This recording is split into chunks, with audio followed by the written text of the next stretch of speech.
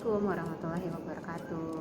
Nah, anak-anakku kelas 11, hari ini kita agendanya masih terkait mengenai materi karya tulis ilmiah.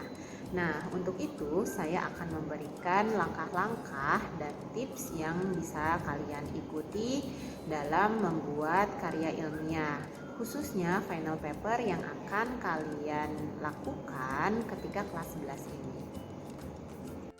Seperti yang kita ketahui bahwa menulis karya ilmiah bukan hanya menjadi kewajiban untuk memenuhi syarat kelulusan saja, namun juga untuk menjadi tanggung jawab kita sebagai seorang pelajar dalam perkembangan ilmu pengetahuan. Nah, selain itu, menulis karya ilmiah tidaklah sama dengan ketika kita menulis karya non-ilmiah. Nah, perbedaan yang sangat signifikan adalah dalam menulis karya ilmiah, kita perlu melakukan penelitian ilmiah terlebih dahulu. Nah, kemudian karya ilmiah yang berkualitas dilihat dari ketajaman analisisnya, kemudian kelengkapan data empiris maupun data teoritisnya, ditunjang dengan teori dan penelitian-penelitian sebelumnya sebagai rujukan. Nah, maka dari itu kita perlu memperhatikan langkah-langkah dalam menulis karya ilmiah. Yang perlu diketahui adalah 1. Harus tahu dulu jenis karya ilmiah yang kita lakukan.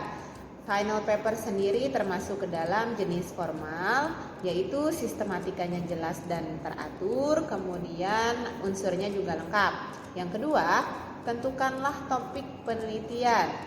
Perhatikan seberapa penting dan seberapa besar manfaat topik ini untuk orang lain.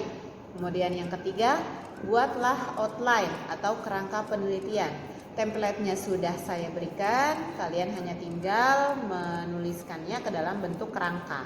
Kemudian yang keempat, kumpulkan bahan sebanyak-banyaknya. Bahan bisa dari jurnal, skripsi, disertasi, ataupun penelitian sebelumnya. Kemudian yang kelima, buatlah bibliografi atau cantuman tertulis yang telah diterbitkan dari bahan-bahan yang kalian sudah temukan. Kemudian yang keenam adalah survei lapangan.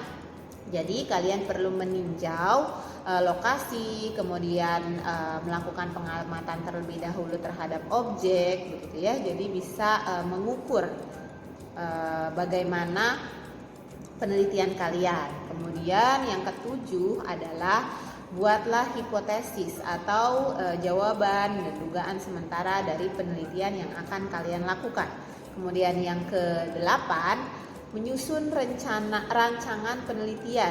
Jadi metodenya apa, instrumennya seperti apa, itu harus sudah disusun gitu ya. Kemudian yang ke-9, melakukan penelitian berdasarkan rancangan tersebut. Kemudian ke-10, mengolah data, menganalisis data, dan membuat simpulan. Jadi ada 3 upaya yang bisa kita lakukan dalam mencegah plagiarisme ketika menulis karya ilmiah. Yang pertama adalah parafrase. Seperti yang kita ketahui, parafrase adalah mengekspresikan pemikiran orang lain yang kita rujuk dengan bahasa kita sendiri. Maksudnya bahasa kita sendiri adalah kita bisa mengubah yang tadinya kalimat aktif dalam rujukan itu, kita bisa ubah ke dalam kalimat pasif. Atau kita juga bisa mencari padanan kata atau sinonim kata dari kata-kata yang ada dalam rujukan tersebut. Nah, untuk yang kedua adalah mengutip atau sitasi. Sitasi ini penting kita lakukan ketika kita tidak bisa melakukan parafrase. Jadi sitasi ini kita mengutip pemikiran orang lain dengan mencantumkan penggagas utama, penggagas original dari rujukan kita tersebut. Nah, kutipan ini ada 2, kutipan langsung dan kutipan tidak langsung. Biasanya disertakan dalam body note. Kemudian yang ketiga adalah melakukan ringkasan. Nah, ringkasan adalah ikhtisar yang sifatnya lebih ringkas dari pemikiran yang kita rujuk. Jadi ringkasan ini biasanya Kita mengutip ide-idenya saja, kemudian kita ringkas menggunakan bahasa kita sendiri. Tentunya lebih pendek dari teori yang kita ambil. Seperti itu ya.